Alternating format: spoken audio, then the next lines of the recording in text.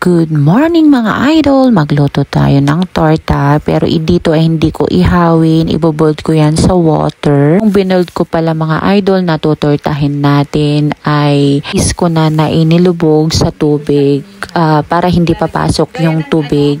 So dito pala mga idol ay chine-check ko isa-isa kung meron tayong kaibigan sa loob para at least kahit papaano ay matanggal natin. Go natin ilubog mamaya sa batihin nating itlog. Ito pala mga idol ay kumuha ko ng 3 itlog at linagyan ko ng pampalasa na pepper, konting seasoning at saka mga herbs, salt, saka ko pag-combinein bago ko ilagay itong itotorta natin. So dito mga idol ay niisa-isa ko muna na i-dip sa egg mixture natin. So dito pala mga idol i-dip ko din sa my breadcrumbs. Pero sa breadcrumbs mga idol ay maglalagay ako ng parmesan cheese para mas malasa. So ito mga idol after ko mai-dip sa egg mixture natin ay saka ko naman i-dinip sa my breadcrumbs na may parmesan cheese.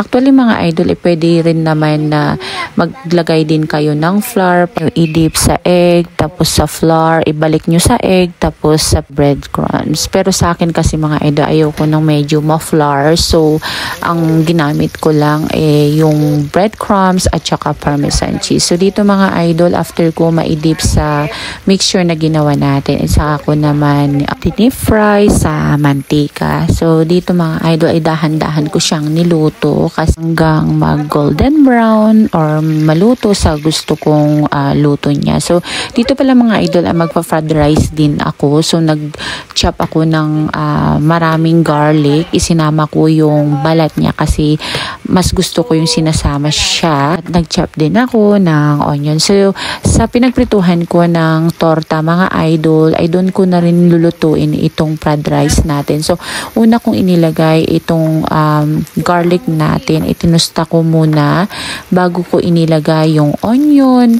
Saka ko hinalo-halo. At pag maluto itong fried rice, ay mag-save ako para sa mga bata. Kasi ako gusto kong maglagay mamaya ng bagoong. Kasi meron pa kaming ginisang bagoong na ginisa ng pamangkin ko. The way ng torta na pagluto ko mga idol ay maganda yun sa mga nakatira sa mga kondo na ayaw mga mo yung mga bahay nila. Sa iihaw, sa kalan. Itong chicharon pala mga idol, yan ay tira namin sa Mickey nung isang araw. So, eto na, luto na ang ating simpleng breakfast.